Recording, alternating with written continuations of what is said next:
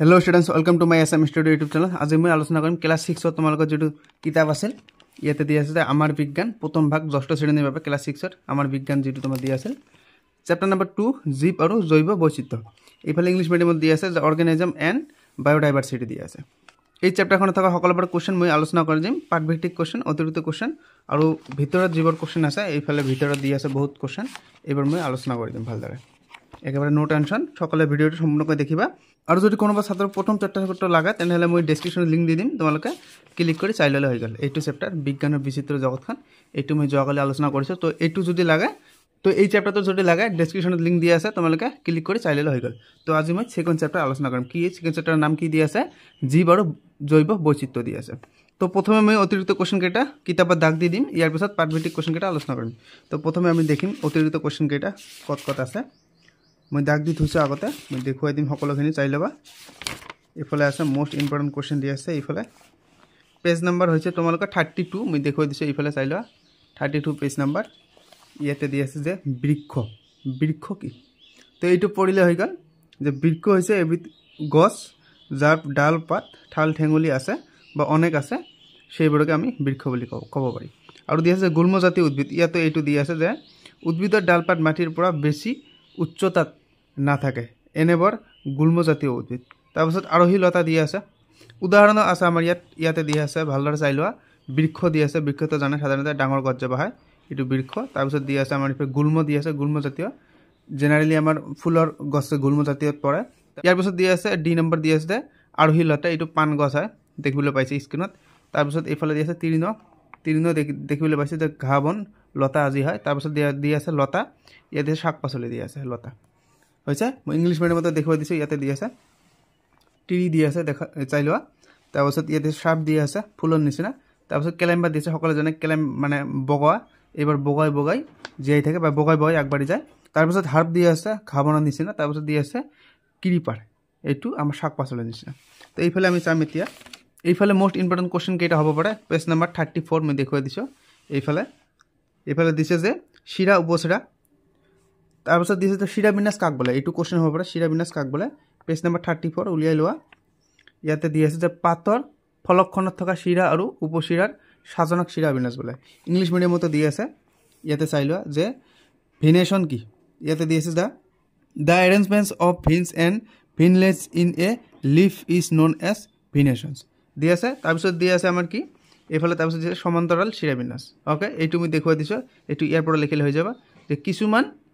কিছুমান পাতত মধ্যশিৰাৰ পৰা ওলোৱা উপশিৰাবৰ সমান্তৰালকৈ থাকে তেনেবৰ শিৰা বিন্যাসক সমান্তৰাল শিৰা বিন্যাস বলে এফালে ইংলিশ মিডিয়ামত দি আছে যে parallel venation দি আছে some leaves veins originating from the midrib are parallel which is called parallel venations তাৰপিছত এইফালে এছাইনমেন্টত আৰু এটা কোৱেশ্চন দি আছে যে জাল শিৰা বিন্যাস কাক বলে এটো ইয়াৰ পৰা লিখিলে হৈ যাব যে আহতৰ পাত এখিলা মন কৰিলে দেখিবা শিৰাবৰ কিছুমান জাল আকাৰে বিস্তাৰিত হৈ থাকে ইয়াক জাল শিৰা বিন্যাস বলে ওকে এইফালে দেখুৱাই দিছো এইফালে আছে এটো আমাৰ এছাইনমেন্টত জাল শিৰা বিন্যাস কয় আৰু ইংলিশত কয় ৰেটিকুলাট ভেনাtions ওকে এতিয়া আমি এইফালে দেখিম মুখ্যমূল গাঁথনি কাক বলে এটো কোৱেশ্চন হ'ব পাৰে এটো ইয়াৰ পৰা পঢ়ি ললে তাৰপিছত দি আছে গুচ্ছমূল জাতীয় এটো ইয়াৰ পৰা পঢ়ি ললে গল এইখিনি পঢ়িবা ইয়াৰ পৰা কোৱেশ্চন হ'ব পাৰে তাৰপিছত আমি এইফালে দেখিম এইফালে মোস্ট ইম্পৰ্টেন্ট কোৱেশ্চন হ'ব পাৰে ইয়াত একবীজপত্তি আৰু দ্বিবীজপত্তি কাক বলে ইয়াৰ পৰা এটা কোৱেশ্চন আহিব পাৰে যে দ্বিবীজপত্তি আৰু একবীজপত্তিৰ মাজত পাৰ্থক্য কি তো দুটা পাৰ্থক্য দিব এটা তোমালোকে ডেফিনিশনটো লিখিলে এটা পাৰ্থক্য হৈ যাব আৰু আন এটা পাৰ্থক্য ইয়াৰ পৰা লিখিবা যে দ্বিবীজপত্তি উদ্ভিদৰ পাতৰ শিৰা বিন্যাস জালৰ দ্বাৰা তাৰপিছত দি আছে শিপাৰ গঠন মুখ্যমূল জাতীয় আৰু একবীজপত্তি উদ্ভিদৰ পাতৰ বিন্যাস সমান্তৰাল এইটো পাৰ্থক্য হ'ব যে পাতৰ বিন্যাস দ্বিবীজপত্তি পাতৰ বিন্যাস হ'ব জালৰ দ্বাৰা আৰু একবীজপত্তি উদ্ভিদৰ পাতৰ শিৰা বিন্যাস হ'ব সমান্তৰাল আৰু শিপাৰ গঠন ইয়াত গুচ্ছমূল দি আছে আৰু ইয়াত মুখ্যমূল দি আছে হৈ গল ইংলিশ মিডিয়ামটো ইয়াতে দি আছে ভালদৰে চাই লবা ইংলিশ মিডিয়াম ইয়াতে দি আছে পেজ নম্বৰ 37 এইফালে আমি দেখিম অলপ এইফালে ইয়াত এটা কোৱেশ্চন হ'ব পাৰে এইখিনি পঢ়ি লবা মোস্ট ইম্পৰ্টেন্ট এইখিনি জানো আহা দিছে এইখিনি পেজ নম্বৰ আছে 42 এইখিনি পঢ়ি লবা ইয়াৰ পৰা এটা কোৱেশ্চন হ'ব পাৰে তাৰপিছত এইফালে আমাৰ ইমান ইম্পৰ্টেন্ট নাই আমাৰ ইফালে এটা ইম্পৰ্টেন্ট আছে মই দেখুৱাই দিছো এইটো পেজ নম্বৰ 42 দেখুৱাই দিছো ইয়াতে যে অভিযোজন কাক বলে মোস্ট ইম্পৰ্টেন্ট কোৱেশ্চন এইটো হ'ব পাৰে অভিযোজন কাক বলে ওকে দেখুৱাই দিছো ইয়াৰ পৰা লিখিলে হৈ গল যে সকলো জীৱে পৰিবেশৰ লগত নিজকে খাপ খুৱাই জিয়াই থাকে ইয়াৰ বাবে বিভিন্ন কৌশল অৱলম্বন কৰে এনে কৌশল বা উভয়পৰক অভিযোজন বা এডাপ্টেশ্যন ইংলিছ মিডিয়ামত দি আছে যে এডাপ্টেশ্যন কাক বোলে ইয়াত দি আছে যে এডাপ্টেশ্যন ওকে ইয়াৰ পৰা লিখিলে হৈ গ'ল they adopt various mechanism to do so' this mechanism are called adaptation okay এইটো লিখিলে 1 মাৰ্ক তোমালোকে পাই যাবা মোষ্ট ইম্পৰ্টেণ্ট ইয়াতে আৰু এটা কোৱেশ্চন হ'ব পাৰে মই দেখুৱাই দিছোঁ ৰবা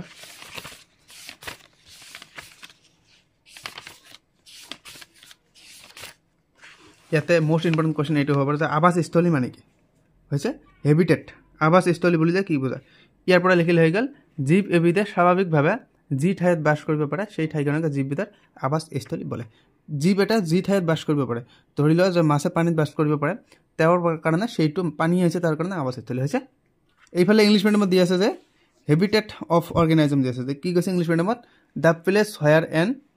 কি কৈছে অৰ্গেনিজম নেচাৰেলি লিভছ কি কৈছে ইয়াত একে ধৰণৰ কথা য'ত জীৱ এটা জীয়াই থাকিব পাৰে এই কোৱেশ্চনৰ কাৰণে তোমালোকে 1 মাৰ্ক পাই যাবা গতিকে ইয়াত আৰু এটা কোৱেশ্চন দিছে যে স্থলৰ জীৱ কি এইটো সিম্পল কথা জীৱৰ জীৱে মাটিত বাস কৰে তাক স্থলত আৰু আন এটা জীৱৰ জীৱে পানীত বাস কৰে তেওঁলোকক জলজ আৰু এটা ইয়াত কোৱেশ্চন হ'ব যে উভয়চৰ প্ৰাণী কাক বোলে উভয়চৰ প্ৰাণী আছে জীৱৰ প্ৰাণী মাটিতে বাস কৰে আৰু পানীতে বাস কৰে এইটো হৈছে ভেকুলী গতিকে এইটো উদাহৰণ আহিব পাৰে এক্সাম্পল যে উভয়চৰ প্ৰাণী এবিধৰ উদাহৰণ দিয়া এইটো হৈছে ভেকুলী মাটিৰ গাঁতত বাস কৰে আৰু পানীত বাস কৰে ওকে তো আমি এতিয়া পাৰ্টভিত্তিক কোৱেশ্চন কেইটা দেখিম তো প্ৰথম আমি এছামিজ মিডিয়ামৰখিনি আলোচনা কৰিম প্ৰথমত দি আছে ইয়াত অনুশীলনী নাম্বাৰ 1 দি আছে যে শুদ্ধ উত্তৰৰ গলটো সম্পূৰ্ণ পূৰ কৰা নাম্বাৰ 1 কোৱেশ্চন কি দি আছে উদ্ভিদৰ তলৰ কোনটো প্ৰক্ৰিয়াত পখিলাই উদ্ভিদক সহায় কৰে ইয়াত 4টা প্ৰক্ৰিয়া দি আছে অভিযোজন দি আছে এডাপ্টেশ্যন তাৰপিছত খাদ্য প্ৰস্তুতকৰণ দি আছে প্ৰিপেয়াৰিং অফ ফুড তাৰপিছত C নম্বৰ দি আছে প্ৰজনন ৰিপ্ৰডাকশ্যন আৰু D নম্বৰ দি আছে শ্বাস প্ৰশ্বাস কি কয় এইটো ব্ৰিথিং কয় তো ইয়াত আমাৰ শুদ্ধ উত্তৰ হৈছে অপশ্যন নম্বৰ C প্ৰজনন তো আমি ইয়াত অপশ্যন নম্বৰ C গলটো আমি পূৰ্ণ কৰি দিম এইটো পূৰ্ণ কৰি দিলে হৈ গ'ল ঠিক আছে মই ইংলিছ মিডিয়ামতখিনি পিছত আলোচনা কৰিম ইয়াত দি আছে প্ৰথমে আমি এছামিজ মিডিয়ামখিনি আলোচনা কৰিম নাম্বাৰ 2 কোৱেশ্চন দি আছে যে ডালিম গছ এবিধ ইয়াত দি আছে বৃক্ষ অপশ্যন নম্বৰ বি দি আছে গুমল অপশ্যন নম্বৰ চি দি আছে তৃণ আৰু অপশ্যন নম্বৰ ডি দি আছে আৰোহীলতা ইয়াত শুদ্ধ উত্তৰ হৈছে আমাৰ অপশ্যন নম্বৰ এ বৃক্ষ ঠিক আছে তো আমি অপশ্যন নম্বৰ এৰ যেটো গোল আছে এইটো আমি পূৰ্ণ কৰি দিম সম্পূৰ্ণ কৰি দিম ঠিক আছে এইটো পূৰ্ণ কৰি যাবা তাৰপিছত 3 নম্বৰ কোৱেশ্চন দি আছে তলৰ কোনবিধ জলজ উদ্ভিদ নহয় ইয়াত দি আছে পদুমটো জলজ উদ্ভিদ হয় তাৰপিছত দি আছে খৰিকাজাই এইটো নহয় এইটো মৰুভূমিৰ উদ্ভিদ হয় তাৰপিছত ভেটফুল তোমাৰ জলজ উদ্ভিদ হয় পানীতে হয় তাৰপিছত পুনিও পানীতে হয় গতিকে আমি অপশ্যন নম্বৰ বি টো ৰাইট চিন দিম আৰু অপশ্যন নম্বৰ বি টো আমি সম্পূৰ্ণ কৰি দিম ঠিক আছে এইটো গোল পূৰ্ণ কৰি দিলে হৈ গ'ল তাৰপিছত আমাৰ 4 নম্বৰ কোৱেশ্চন দি আছে চৰাইৰ ডেউকা হল অপশ্যন নম্বৰ এ দি আছে পাখিৰ ৰূপান্তৰ অপশ্যন নম্বৰ বি দি আছে আমাৰ আঠঠেঙৰ ৰূপান্তৰ তাৰপিছত অপশ্যন নম্বৰ চি দি আছে পিছঠেঙৰ ৰূপান্তৰ আৰু অপশ্যন নম্বৰ ডি দি আছে এ আৰু বি দুইটাই তাৰমানে এ কি দি আছে পাখিৰ ৰূপান্তৰ আৰু বি কি দি আছে আঠঠেঙৰ ৰূপান্তৰ ডি নম্বৰ কৈছে এ আৰু বি দুইটাই গতিকে ইয়াৰ শুদ্ধ উত্তৰ হৈছে আমাৰ অপশ্যন নম্বৰ বি এইটো হৈছে আমাৰ শুদ্ধ উত্তৰ ইয়াৰ পিছত 5 নম্বৰ কোৱেশ্চন দি আছে ইয়াত ঠাণ্ডা ঠাইত থকা জন্তুবোৰৰ দেহত দীঘল আৰু নোমৰ কাৰ্য কি অপশ্যন নম্বৰ এ দি আছে ইয়াতে দেহক তাপৰ পৰা সুৰক্ষা দিয়ে যেহেতু ঠাণ্ডা ঠাইত থাকে গতিকে তাপ কৰ পৰা আহিব তাৰপিছত দি আছে আমাৰ অপশ্যন নম্বৰ বি ই দেহক বৰষুণৰ পৰা সুৰক্ষা দিয়ে এইটো নহয় অপশ্যন নম্বৰ চি দি আছে ই দেহক শীতৰ প্ৰকোপৰ পৰা সুৰক্ষা দিয়ে যেহেতু ইয়াত ঠাণ্ডা ঠাইৰ কথা কৈছে গতিকে শীতৰ কথা হ'ব যে শীতৰ প্ৰকোপৰ পৰা সুৰক্ষা দিয়ে এইটো হৈছে আমাৰ শুদ্ধ উত্তৰ তো আমি অপশ্যন নম্বৰ চি যেটো গোল আছিল এইটো আমি সম্পূৰ্ণ কৰি দিম ঠিক আছে ইয়াত আমাৰ 2 নম্বৰ কোৱেশ্চন দি আছে খালি ঠাই পূৰ কৰা প্ৰথমটো দি আছে বীজপত্ৰৰ ডেশৰ ভিতৰত থাকে বীজপত্ৰ কিহৰ ভিতৰত থাকে বীজৰ ভিতৰত থাকে 2 নম্বৰ কোৱেশ্চন দিছে জালৰ দ্বাৰা শিৰামিনাৰ ডেশ উদ্ভিদৰ চৰিত্ৰ দ্বিবীজপত্ৰী উদ্ভিদৰ চৰিত্ৰ হ'ব তাৰপিছত 3 নম্বৰ কোৱেশ্চন দিছে যে উটৰ কুষ্ঠত তাৰপিছত 3 নম্বৰ কোৱেশ্চন দিছে যে উটৰ কুষ্ঠত ডেশ জমা হৈ থাকে চৰ্বি জমা হৈ থাকে ঠিক আছে 4 নম্বৰ কোৱেশ্চন দি আছে যে পৰ্বতীয় অঞ্চলৰ গছৰ আকৃতি ডেশৰ দৰে এইটো ইয়াত আমাৰ খালি ঠাইত হ'ব শাখা ঢাল হোৱাৰ দৰে ঠিক আছে 5 নম্বৰ কোৱেশ্চন দি আছে যে ফফলা হাড় ডেশৰ এক চৰিত্ৰ চৰাইৰ এইটো হৈছে আমাৰ ইয়াত হ'ব আমাৰ চৰাইৰ চৰিত্ৰ ঠিক আছে এই খালি ঠাইত হ'ব চৰাইৰ চৰিত্ৰ এতিয়া আমি ইংলিছ মিডিয়ামৰখিনি আলোচনা কৰিম ইংলিছ মিডিয়ামত প্ৰথম কোৱেশ্চন কি দি আছে এক্সাৰসাইজ দি আছে নাম্বাৰ 1 কোৱেশ্চন দি আছে ইফালে যে বাটাৰফ্লাইজ হেল্প প্ল্যান ইন ইয়াত অপশ্যন নম্বৰ এ দি আছে এডাপ্টেশ্যন অপশ্যন নম্বৰ বি দি আছে preparation of food option number C দি আছে ৰিপ্ৰডাকশ্যন আৰু অপশ্যন নম্বৰ ডি দি আছে কি ব্ৰিথিং ইয়াত শুদ্ধ উত্তৰ হৈছে আমাৰ কি প্ৰজনন এছামিছত আছিল ইংলিছত কি হ'ব ৰিপ্ৰডাকশ্যন ঠিক আছে তো আমি অপশ্যন নম্বৰ চি টো গোল কৰি দিম ঠিক আছে কোৱেশ্চন নম্বৰ 2 দি আছে যে pomegranate plant is a option number A দি আছে টিৰি অপশ্যন নম্বৰ বি দি আছে sharp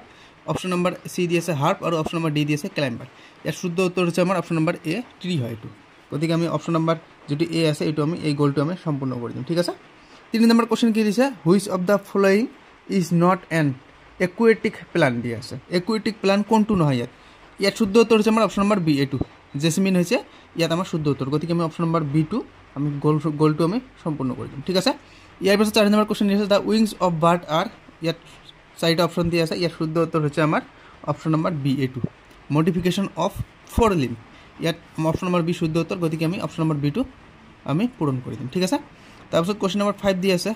what is the function of long fur in the body of animals living in colder region, ইয়াত 4টা অপশ্যন দিয়া আছে। ইয়াত শুদ্ধ উত্তৰ হৈছে আমাৰ অপশ্যন নম্বৰ চি এইটো it protect the body from কুট, ঠিক আছে, শীতৰ পৰা ৰক্ষা কৰে। গতিকে ইয়াৰ শুদ্ধ উত্তৰ হৈছে আমাৰ অপশ্যন নম্বৰ চি। গতিকে আমি চিটো পূৰণ কৰি দিম। ঠিক আছে, ইয়াৰ পিছত 2 নম্বৰ কুৱেশ্যন কি দি আছে ইয়াত যে cotyledon is present within the কি হ'ব চিট, বীজৰ ভিতৰত থাকে। তাৰপিছত 2 নম্বৰ কুৱেশ্যন দি আছে এইটো net like venation is a character of, খালি ঠাইত হ'ব আমাৰ ডিকট প্লান। ঠিক আছে, তাৰপিছত 3 নম্বৰ কুৱেশ্যন দি আছে কেমেল ষ্ট'ৰ ডেষ্ট ইন ইটছ হাম্প, এইটো ফেক্ট হ'ব, চৰ্বি ফেক্ট হ'ব। ঠিক আছে, 4 নম্বৰ কুৱেশ্যন দি আছে the trees growing in mountain have ডেছ লাইক সাপ, এইটো হৈছে আমাৰ শ্লোপিং ব্ৰাঞ্চেছ হ'ব, BRANCHES ব্ৰাঞ্চেছ। তাৰপিছত 5 নম্বৰ কুৱেশ্যন দি আছে hollow bone is a character of ডেছ দি আছে বাৰ্ডছ, এইটো হৈছে চৰাইৰ কেৰেক্টাৰ। ঠিক আছে, ইয়াৰ পিছত মই কুৱেশ্যনবোৰ আলোচনা কৰি দিম। ডাইৰেক্ট কুৱেশ্যন তোমালোকৰ যিবোৰ আছিল 3 নম্বৰ কুৱেশ্যন ইয়াত দি আছে যে চমু উত্তৰ লিখা, আৰু এইফালে দি আছে ইংলিছ মিডিয়ামত গ্ৰীফ শ্বৰ্ট এনচাৰ্ছ দি আছে। মই এইখিনি আলোচনা কৰি দিম,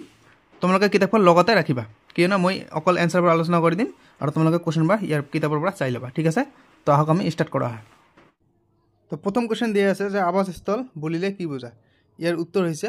যি ঠাইত প্ৰাণী এটি বাস কৰে তাক আৱাসস্থল বোলা হয়। তাৰপিছত 2 নম্বৰ কুৱেশ্যন দি আছে যে জৈৱ বৈচিত্ৰ্য বুলিলে কি বুজায়, ইয়াৰ উত্তৰ হৈছে প্ৰকৃতিৰ সকলো জীৱৰ বিভিন্নতাক জীৱ বৈচিত্ৰ্য বোলা হয়। তাৰপিছত 3 নম্বৰ কুৱেশ্যন দি আছে কি কেকটাছে কেনেকৈ মৰুভূমিত বাস কৰিবলৈ উপযোগী, ইয়াৰ উত্তৰ ইয়াতে দি আছে যে কেকটাছে পানী সংগ্ৰহ কৰিবলৈ তলৰ দিশে ডাঠ গুটি থাকে আৰু পাতৰ সলনি কাঁইট থাকে। 5 নম্বৰ কুৱেশ্যন দি আছে যে সমান্তৰাল শিৰাযুক্ত পাত থকা উদ্ভিদৰ 3টা উদাহৰণ দিয়ে। প্ৰথমটো হৈছে ধান, দ্বিতীয়টো ইয়াত কেঁচু দি আছে, এইটো কেঁচু নম্বৰ, এইটো ভুট্টা খেত হ'ব। তাৰপিছত তৃতীয়টো হৈছে আমাৰ কলগছ। 6 নম্বৰ কুৱেশ্যন দি আছে যে জীৱ বৈচিত্ৰ্যৰ গুৰুত্ব লিখা, ইয়াতে উত্তৰ দি আছে যে পৰিৱেশৰ সন্তুলিত ৰক্ষা কৰে আৰু খাদ্য ঔষধ আদি যোগান দিয়ে। তাৰপিছত 7 নম্বৰ কুৱেশ্যন দি আছে যে চৰাইবোৰ জৈৱ বৈচিত্ৰ্যৰ এক প্ৰয়োজনীয় অংগ ব্যাখ্যা কৰা, চৰাইয়ে বীজ প্ৰসাৰণ, পৰাগ সঞ্চালন আৰু পোক পতংগ নিয়ন্ত্ৰণত সহায় কৰে। এইখিনিয়ে। ইয়াৰ পিছত 4 নম্বৰ কুৱেশ্যন দি আছে যে সঁচা আৰু মিছাটো, শুদ্ধ আৰু অশুদ্ধটো টিক মাৰ্ক দিয়া। তো প্ৰথমটো দি আছে যে সকলো পতংগই আমাৰ বাবে উপকাৰী, এইটো হৈছে মিছা। 2 নম্বৰ কুৱেশ্যন দি আছে যে চৰাইয়ে অৰণ্য বিস্তাৰণত সহায় কৰে, তোমালোকক মই আগতে কৈছোঁ যে কিতাপখন তোমালোকে ওচৰত ৰাখিবা। 2 নম্বৰ দি আছে যে চৰাইয়ে অৰণ্য বিস্তাৰণত সহায় কৰে, এইটো আমাৰ সঁচা হ'ব। 3 নম্বৰ দি আছে যে পৰিৱেশৰ সকলো জীৱৰ মাজত কোনো ধৰণৰ পৰস্পৰ সম্পৰ্ক নাই, এইটো আমাৰ মিছা হ'ব, কাৰণ সম্পৰ্ক আছে। আৰু 4 নম্বৰ দি আছে যে জৈৱ বৈচিত্ৰ্যৰ অৱক্ষয়ে পৰিৱেশত প্ৰভাৱ পেলায়, এইটো হৈছে আমাৰ শুদ্ধ। ঠিক আছে, 5 নম্বৰটো দি আছে যে অতিপাত ঠাণ্ডা ঠাইত কোনো জীৱ জীয়াই থাকিব নোৱাৰে, এইটো মিছা। ঠিক আছে, এতিয়া মই ইংলিছ মিডিয়ামৰখিনি আলোচনা কৰিম। তোমালোকক মই আকৌ এবাৰ কৈছোঁ যে কিতাপখন তোমালোকে বাহিৰ কৰি লোৱা। তো প্ৰথম কুৱেশ্যন কি আছিল আমাৰ হোৱাট ইজ কল্ড হেবিটেট, ইয়াৰ উত্তৰ দি আছে যে হেবিটেট দি আছে ইয়াত natural home of N organism. তাৰপিছত বি নম্বৰ দি আছে, বি নম্বৰ কুৱেশ্যনটো পঢ়ি লোৱা হোৱাট ইজ বায়'ডাইভাৰ্চিটি, ইয়াত বায়'ডাইভাৰ্চিটি দি আছে যে ভেৰাইটি অফ লিভিং অৰ্গেনিজম। তাৰপিছত 3 নম্বৰ কুৱেশ্যনটো পঢ়ি লওঁ কিতাপত কি আছে, কিতাপত যে how cacti are adapted to live in desert, ইয়াৰ উত্তৰ হৈছে thick stems spines deep roots দি আছে। তাৰপিছত 4 নম্বৰ কুৱেশ্যনটো কিতাপত পঢ়ি লোৱা, কিতাপত দি আছে কি write 3 common characteristic features of living beings, ইয়াৰ উত্তৰ 4 নম্বৰত ইয়াত দি আছে গ্ৰ'থ দি আছে প্ৰথমটো, তাৰপিছত ৰিপ্ৰডাকশ্যন দি আছে, তাৰপিছত দি আছে ৰেছপন্স টু ষ্টিমুলি দি আছে। তাৰপিছত 5 নম্বৰ কুৱেশ্যনটো কিতাপত পঢ়ি লোৱা give 3 examples of plant having leaves with parallel venation, ইয়াৰ উত্তৰ হৈছে আমাৰ ইয়াতে দি আছে উত্তৰ 5 নম্বৰ কুৱেশ্যনৰ